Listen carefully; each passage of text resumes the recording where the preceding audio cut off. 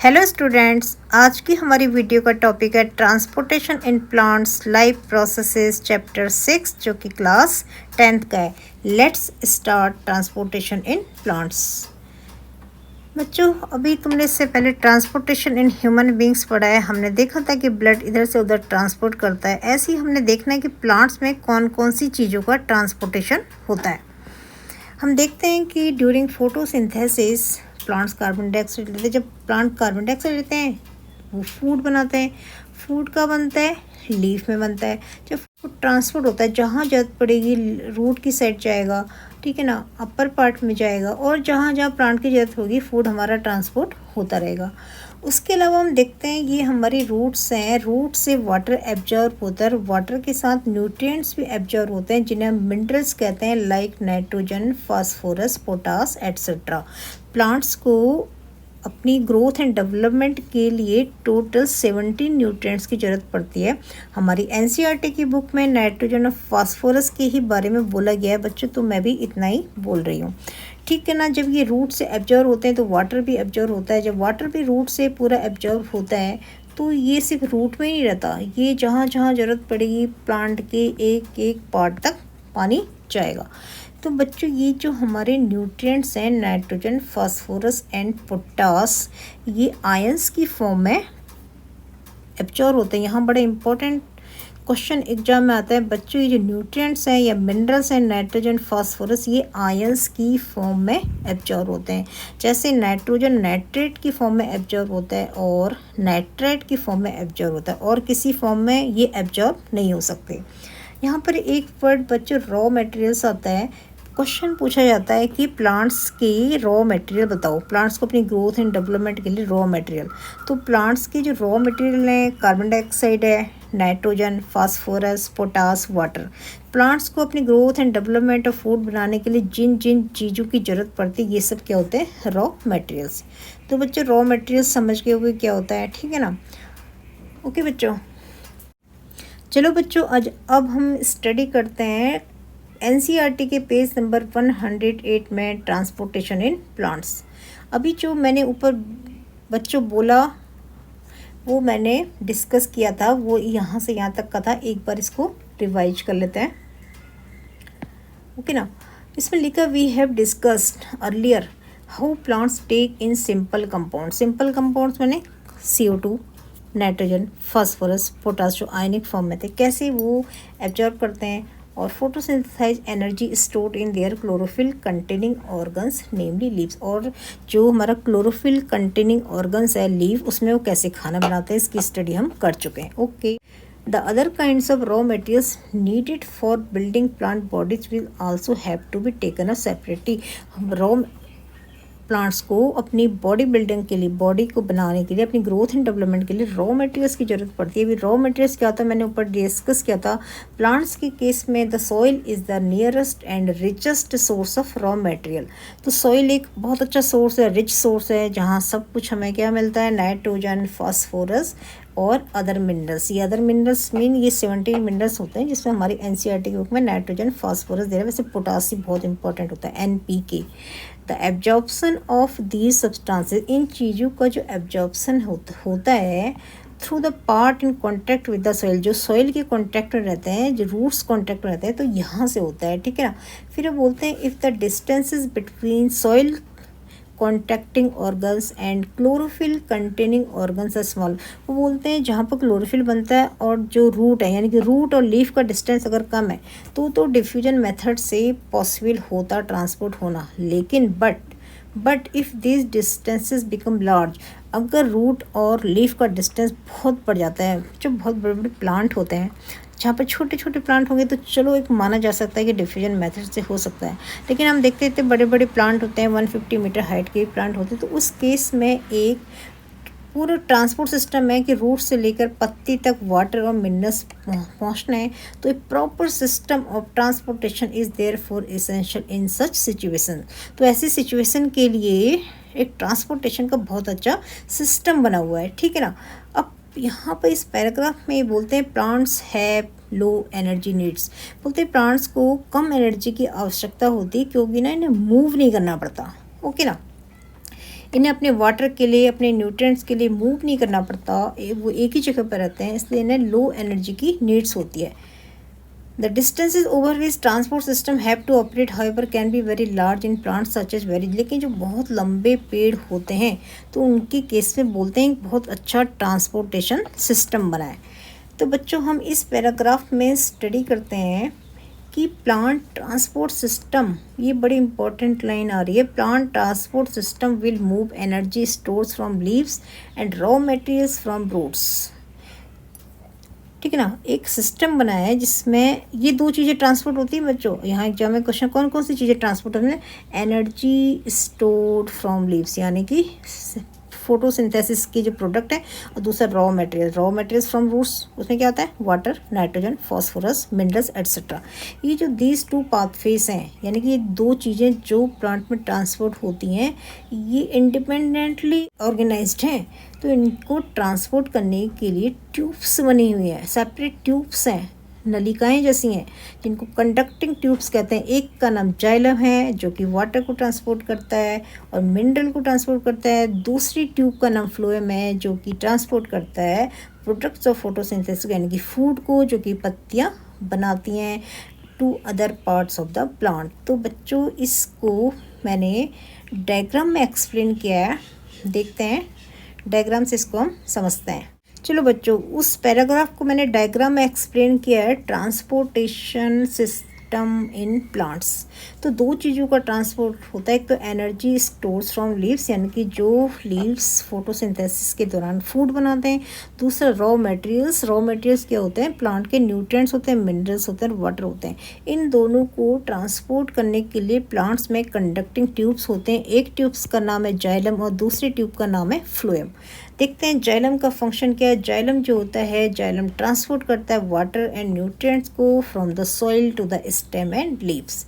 Phloem का क्या function है? फ्लोएम जो हमारी ट्यूब है, कंडक्टिंग ट्यूब्स, वो ट्रांसपोर्ट करती है प्रोडक्ट्स ऑफ फोटोसिंथेसिस यानी कि फूड को ट्रांसपोर्ट करती है। जाइलम हमारा वाटर को ट्रांसपोर्ट करता है। ओके बच्चों, तो बच्चों इस टॉपिक में इस पेज नंबर 100 एनसीईआरटी के हम यहाँ से यहाँ तक डिस्कस कर चुके हैं। एक बार इसको रीड करोगे तो पता चल जाएगा। अब हम पढ़ने वाले हैं ट्रांसपोर्ट ऑफ वाटर। इस पैराग्राफ में वो बच्चों बोलते हैं, बड़ी इंपॉर्टेंट लाइन है यहाँ पर, कि transport water in xylem tissue, vessels and tracheids. ये याद कर लेना बच्चों, जाइलम के वेसल्स एंड ट्रैकेट्स, ये तुमने 9th क्लास में भी पढ़ा है, इसको रिकॉल करो, याद आ रहा होगा। जो जाइलम के वेसल्स और ट्रैकेट्स हैं, रूट्स के या स्टेम के या लीव्स के, इंटरकनेक्टेड होते हैं, interconnected to form a continuous system of water conducting channels reaching all parts of the plant. यानी कि जाइलम के वेसल्स और ट्रैकेट्स इंटरकनेक्टेड होते हैं। चलो इसको हम डायग्राम में स्टडी करते हैं। तो ये बच्चे बोल रहे हैं, जैसे ये डायग्राम है, ठीक है, ये हमारा रूट का एरिया है। तो रूट से क्या होता है? वाटर एंड मिनरल्स ऑब्जर्व हो गए। जो ब्लू वाला एरिया है ना, ये ब्लू वाला, ये सारा है, ये ब्लू वाला जो पोर्शन है, ये दिखा रहा है कि सब ये वेसल्स और ट्रैकेट्स के इंटर कनेक्टेड हैं, चाहे वो स्टेम की हो, चाहे रूट की हो, चाहे फिर वो लीव की हो। ठीक है ना। एट द रूट्स, फिर ये बच्चों इंपॉर्टेंट लाइन आ रही है, एट द रूट्स, इसको बहुत ध्यान से समझ लेना। At the roots cells in contact with the soil actively take up ions को बच्चों में अब डिस्कस कर चुकी हूँ। ये बहुत इंपॉर्टेंट पॉइंट है एग्जाम पॉइंट से, कि सॉइल रूट जो होती हैं टेकअप आयंस को लेती हैं, यानी कि क्वेश्चन पूछा जाएगा किस फॉर्म में न्यूट्रिएंट्स एब्जॉर्ब होते हैं, तो ये आयंस की फॉर्म में होते हैं। ठीक है, this creates a difference in the concentration of these ions between the root and soil. तो इससे रूट एंड सॉइल के बीच में एक डिफरेंस पैदा हो जाता है, कंसंट्रेशन ऑफ आयंस में डिफरेंस पैदा हो जाता है। चलो इसी पॉइंट को बच्चों डायग्राम में एक्सप्लेन करती हूँ। ये हमारी जाइलम की वेसल्स है, ये फ्लोएम की वेसल्स है। जाइलम में वाटर ऊपर की ओर मूव करता है और ये वेसल्स हैं फ्लोएम में अपवर्ड एंड डाउनवर्ड, दोनों तरफ फूड का ट्रांसपोर्ट होता है। तो बच्चों हम देखते हैं, इसमें हमने ये पढ़ लिया था, in xylem tissue vessels and tracheids of root system and leaves, stems and leaves are interconnected होती हैं to form a continuous system of water conducting channels reaching all parts of the plant. इस line को हम इस diagram से समझ लेते हैं बच्चों। देखो ये हमारी ये रूट की हेयर है, ये हमारा सॉइल पार्टिकल है, ये सॉइल पार्टिकल है, ये पानी है। तो यहाँ से वाटर और मिनरल्स एब्जॉर्ब होके जाइलम के थ्रू चल के रूट सिस्टम से फिर ये स्टेम में आ जाता है, क्योंकि देखो इंटरकनेक्टेड होते हैं, चाहे स्टेम में कुछ हो, इंटर कनेक्टेड होते हैं। यहाँ से जाके ये लीफ है, ये लीफ में एंटर करता है, एंटर करके सेल्स में वाटर एंड मिनरल्स जा रहे हैं। ये स्टोमेटा का पार्ट है और यहाँ से water in the form of water vapour बाहर निकल जाता है, जिसको हम ट्रांसपिरेशन कहते हैं।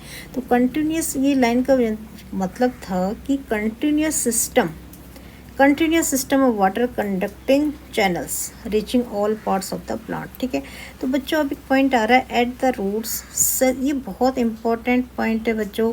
Sales in contact with the soil actively take up ions. This creates a difference in the concentration of these ions between the root and the soil। बच्चों ये लाइन समझ आ गई। तो वाटर कैसे ट्रांसफर होता है, वाटर देयरफॉर मूव्स, फिर हम कर देंगे। चलो इसको हम इस डायग्राम में समझते हैं। इस पॉइंट को ये बोलते हैं कि आयंस में डिफरेंस हो जाता है। डिफरेंस कैसे होता है बच्चों, देखो ये प्लांट्स है, ये इसकी रूट्स हैं। ओके, ये रूट्स हैं, सपोज ये देखो रूट्स हैं। ठीक है, यहाँ पर सॉइल होती है, सॉइल में नाइट्रोजन फास्फोरस आयोनिक फॉर्म में होते हैं, सपोज नाइट्रोजन नाइट्रेट फॉर्म में। तो सॉइल से वाटर और मिनरल्स एब्जॉर्ब होते हैं। जब ये एब्जॉर्ब होते हैं तो ऐसे ऊपर की ओर अपवर्ड मूवमेंट हो जाता है, पानी का जाइलम के थ्रू ऐसे अपवर्ड मूवमेंट हो जाता है। जब अपवर्ड मूवमेंट हो जाता है तो आयन की कंसनट्रेशन कम हो गई और सॉइल में ज़्यादा, तो एक डिफरेंस क्रिएट होता है। इस डिफरेंस से ही खिंचता चला जाता है पानी बच्चों। ठीक है, तो यही एग्जाम में हमने आंसर लिखना है कि वाटर कैसे ट्रांसपोर्ट होता है, ये हमारी पहली स्ट्रेटजी है। उसके बाद वो होते हैं जब आयोनिक डिफरेंस होता है, then water moves into the root system of the soil to eliminate. इस डिफरेंस को एलिमिनेट करने के लिए वाटर लगातार क्या होता है, खिंचता चला जाता है। इसका मतलब हुआ कि that there is steady movement of water, लगातार ऐसे पानी चलता रहता है जाइलम टिश्यू में, creating column of water that is steadily, एक कॉलम बन जाता है। कॉलम का मतलब बच्चों जैसे ये, इसको हम कॉलम कहते हैं ना, मैथ में होता है, ये रो होती है, कॉलम होता है। अब प्लांट सीधा ही खड़ा रहता है ना, तो पानी ऐसे ऊपर को चलता रहता है, कॉलम की तरह बिहेव करता है और इसका कुछ खास मतलब नहीं है। However, this pressure by itself is unlikely to be enough to move water from the heights that we commonly see in plants। ठीक है, तो प्लांट्स बहुत जिनकी हाइट होती है वो इस आयोनिक डिफरेंस से ही पानी इसमें टॉप तक पहुंचता रहता है। प्लांट्स यूज अनदर स्ट्रेटजी, ये जो अभी हमने एक स्ट्रेटजी पढ़ी कि आयोनिक डिफरेंस की होने की वजह से पानी रूट से टॉप तक पहुंच रहता है। अब एक दूसरी स्ट्रेटजी भी है, अनदर स्ट्रेटजी मीन दूसरी स्ट्रेटजी भी है। वो स्ट्रेटजी क्या है, किस तरीके से पानी पहुंचता है, वो इस पैराग्राफ में इसका आंसर है। और बच्चों ये जो एक्टिविटी है 6.8, इसको मैं पहले ही एक्सप्लेन कर चुकी हूँ। इसकी एक वीडियो सेपरेट बना रखी है, ये ट्रांसपिरेशन से रिलेटेड एक्टिविटी है। चलो फिर भी हम देख लेते हैं कि ट्रांसपिरेशन क्या होता है। फिगर 6.12 में हम समझते हैं व्हाट इज ट्रांसपिरेशन। ये प्लांट्स है, रूट से वाटर एब्जॉर्ब होता है और एब्जॉर्ब होके प्लांट के हर एक पार्ट में जाता है। लीफ में स्टोमेटा होती हैं, स्टोमेटा से water in the form of water vapour environment में चला जाता है। This process is known as transpiration. चलो बच्चों हम देखते हैं एनसीईआरटी की लैंग्वेज में ट्रांसपिरेशन की डेफिनेशन कैसे लिखी है। तो बच्चों इस पैराग्राफ में कि वाटर ट्रांसपोर्ट कैसे होता है, दूसरी स्ट्रेटजी लिखी हुई है। फर्स्ट स्ट्रेटजी या फर्स्ट मेथड हम पढ़ चुके हैं कि जो आयन में डिफरेंस था। अब हम देखना सेकंड स्ट्रेटजी क्या है, वो ट्रांसपिरेशन के ऊपर बेस्ड है। ध्यान से सुनना बच्चों। प्रोवाइडेड दैट, शर्त ये है कि plant has an adequate supply of water, the water which is lost through the stomata is replaced by water from the xylem वेसिस इन द लीफ। जितना पानी स्टोमेटा के थ्रू लॉस हो जाता है, वो जब जाइलम से पानी आता है तो कहते हैं रिप्लेस हो जाता है। ठीक है, evaporation of water molecules from the cells of the leaf creates a suction which pulls water from the xylem cells into roots. ये लाइन बहुत इंपॉर्टेंट है बच्चों। Evaporation of water molecules from the cells of a leaf, जब leaf की cell से stomata से water निकल जाता है तो एक सक्शन पैदा होता है। क्या पैदा होता है, सक्सन, ये वर्ड बहुत इंपॉर्टेंट है। सक्सन, सक्सन का मतलब होता है खिंचाव, सक करना होता है जैसे, उसकी वजह से पानी खिंचता है। Which pulls water from the xylem cells of root. तो सक्सन की वजह से पानी खिंचता है, यानी कि ट्रांसपिरेशन की वजह से ही जाइलम में रूट से पानी आता चला जाता है। ओके, तो बच्चे इसको मैं एक डायग्राम से समझाती हूँ। बच्चे ये समझ लो, कोई भी चीज़ ले लो, जैसे हम नारियल पानी पीते हैं, ये नारियल है, ओके है ना, यहाँ से हम स्ट्रॉ डालते हैं, यहाँ पर पानी होता है, जो इस स्ट्रॉ से जब हम यहाँ से सक करते हैं तो तभी तो ये पानी ऊपर को खिंचता है। सक करते हैं, सक माने खींचना, कहते सक्सन। ऐसे ही स्टोमेटा से जब पानी निकल जाता है, खिंच जाता है, तो यहाँ से ऊपर को चढ़ने लगता है रूट से। क्लियर बच्चों? तो ये सक्सन वर्ड बहुत इंपॉर्टेंट है, जो कि पानी को खींचता है। फिर आता है कि यहाँ पर ट्रांसपिरेशन की डेफिनेशन आती है, the loss of water in the form of vapor from the aerial parts of the plant is known as transpiration। ये ट्रांसपिरेशन की डेफिनेशन है। एरियल पार्ट्स वो पार्ट्स होते हैं जो कि हवा में रहते हैं, तो इसमें रूट को छोड़ के सारे ही पार्ट आ जाते हैं, हमारे leaf, stem, buds, flower etcetera. Okay, अब यहाँ से लेकर इस पैराग्राफ में what is the importance of transpiration या सिग्निफिकेंस ऑफ ट्रांसपिरेशन के क्वेश्चन का आंसर है। ओके, ट्रांसपिरेशन से क्या इम्पोर्टेंस है? फर्स्ट है, transpiration helps in the absorption and upward movement of water and minerals dissolve in it from roots to the leaf. मिट्टी से, जड़ों से पानी और न्यूट्रिएंट्स ऊपर को खींचता है, ये ट्रांसपिरेशन की फर्स्ट सिग्निफिकेंस है। दूसरी सिग्निफिकेंस है, it also helps in temperature regulation. ये प्लांट्स के टेम्परेचर को रेगुलेट करने में हेल्प करता है। कौन? ट्रांसपिरेशन। तो इस क्वेश्चन में बच्चों ट्रांसपिरेशन की इम्पोर्टेंस आती है। ये हमारा ट्रांसपिरेशन की डेफिनेशन है। टेम्परेचर रेगुलेशन का मतलब है कि अब प्लांट्स गर्मियों में, जब मई जून की इतनी गर्मी होती है, तो प्लांट्स के सेल का टेम्परेचर नहीं बढ़ता, वो धूप में खड़े रहते हैं, वहाँ कोई एसी नहीं लगी रहती प्लांट्स के लिए, धूप में खड़े रहते हैं, फिर भी उनके सेल का टेम्परेचर मेंटेन रहता है। अगर ज़्यादा टेम्परेचर होगा तो वो भी तो मर जाएंगी ना। ऐसी विंटर सीजन में अपने टेम्परेचर को मेंटेन रखते हैं, सेल का टेम्परेचर डाउन नहीं हो पाता। जनवरी में जब हम अंदर सोते हैं, हमें इतनी ठंड लगती है, प्लांट्स ठंडी में पड़े रहते हैं बाहर, फिर भी वो डाई नहीं होते, मरते नहीं। क्यों? क्योंकि उनकी सेल का टेम्परेचर ट्रांसपिरेशन की वजह से इनको हेल्प करता है मेंटेन करने में। गुड बच्चों, समझ में आया? गुड। अब यहाँ से एक इम्पॉर्टेंट पॉइंट स्टार्ट होता है, the effect of root pressure in transport of water is more important at night. क्यों? During the day when the stomata open, दिन में क्या होता है, स्टोमेटा खुले होते हैं, तो ट्रांसपिरेशन भी ऑफकोर्स ज़्यादा हुआ। ठीक है, the transpiration pull becomes the major driving force in the movement of water in the xylem. तो रात के टाइम में जो ट्रांसपिरेशन पूल होता है, ये इम्पॉर्टेंट फैक्टर होता है वाटर को ट्रांसपोर्ट करने का। तो बच्चों ट्रीज़ में, प्लांट्स में वाटर ट्रांसपोर्ट करने की दो स्ट्रेटजी थी। ओके, तो क्या थी? फर्स्ट स्ट्रेटजी क्या थी? फर्स्ट स्ट्रेटजी थी आयंस की, कि आयोनिक डिफरेंस हो जाता है, और फर्स्ट स्ट्रेटजी यानी कि फर्स्ट मेथड। सेकंड मेथड हमारा क्या था? Transpiration pool. सेकंड मेथड क्या? Transpiration pool. तो ये दो स्ट्रेटजी हैं जिनकी वजह से वाटर ट्रीज में ट्रांसपोर्ट होता है। ओके बच्चों, अब हम नेक्स्ट टॉपिक की ओर चलते हैं। Now transport of food and other substances. So for we have discussed the transport of water and minerals in plants. Okay, तो हमने मिनरल्स और वाटर का ट्रांसपोर्टेशन तो देख लिया, जो जाइलम के वेसिस एंड ट्रैकेट्स से होता था। Now let us consider how the products of metabolic processes, यानी कि जो खाना फूड बनाते हैं, पर्टिकुलरली फोटोसिंथेसिस, यानी कि फोटोसिंथेसिस के दौरान जो प्लांट्स लीफ में फूड बनाते हैं, उसका ट्रांसपोर्टेशन होता है, मूव करते हैं फ्रॉम लीव्स, पत्तियों से, कहाँ? वेयर दे आर फॉर्म्ड, जहाँ बनते हैं, कहाँ पर? To other parts of the plant, plant के अदर पार्ट्स में, चाहे रूट में हो, बड में, तो वहाँ पर ट्रांसपोर्ट होता रहता है। This transport of soluble products of photosynthesis is called translocation. तो बच्चों ये हमारी ट्रांसलोकेशन की डेफिनेशन है। What is translocation? फूड का इधर से उधर ट्रांसपोर्ट होना, इसको हम ट्रांसलोकेशन कहते हैं। ओके, तो transportation of soluble products of photosynthesis यानी कि food is called translocation. It occurs in the part of the, ये ट्रांसलोकेशन होता कहाँ, ये होता है वेस्कुलर टिश्यू में. उस वेस्कुलर टिश्यू का नाम क्या है? Phloem.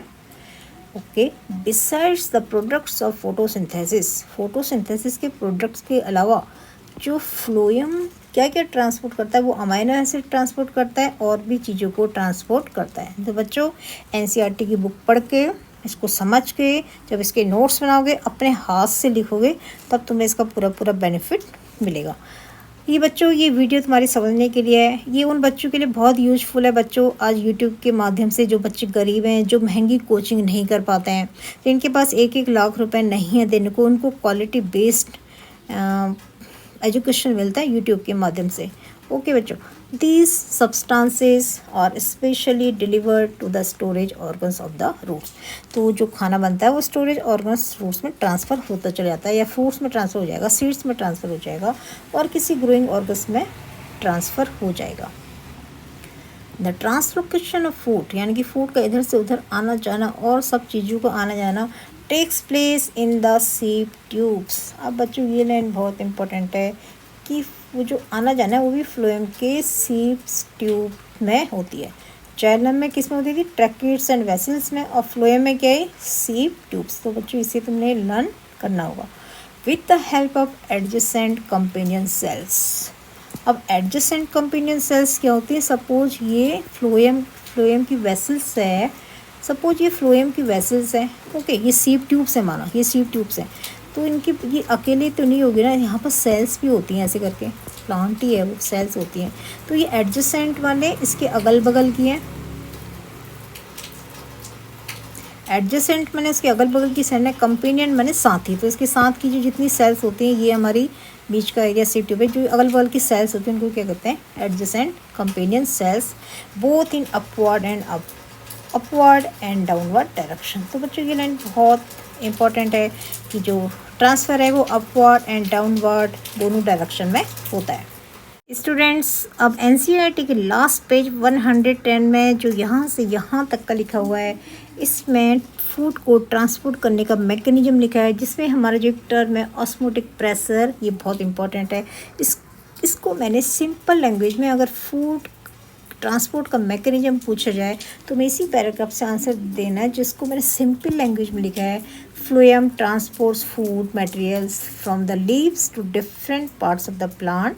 The transportation of food in phloem is achieved by utilizing energy from ATP, which helps in creating osmotic pressure that transport food from the area of high concentration to low concentration.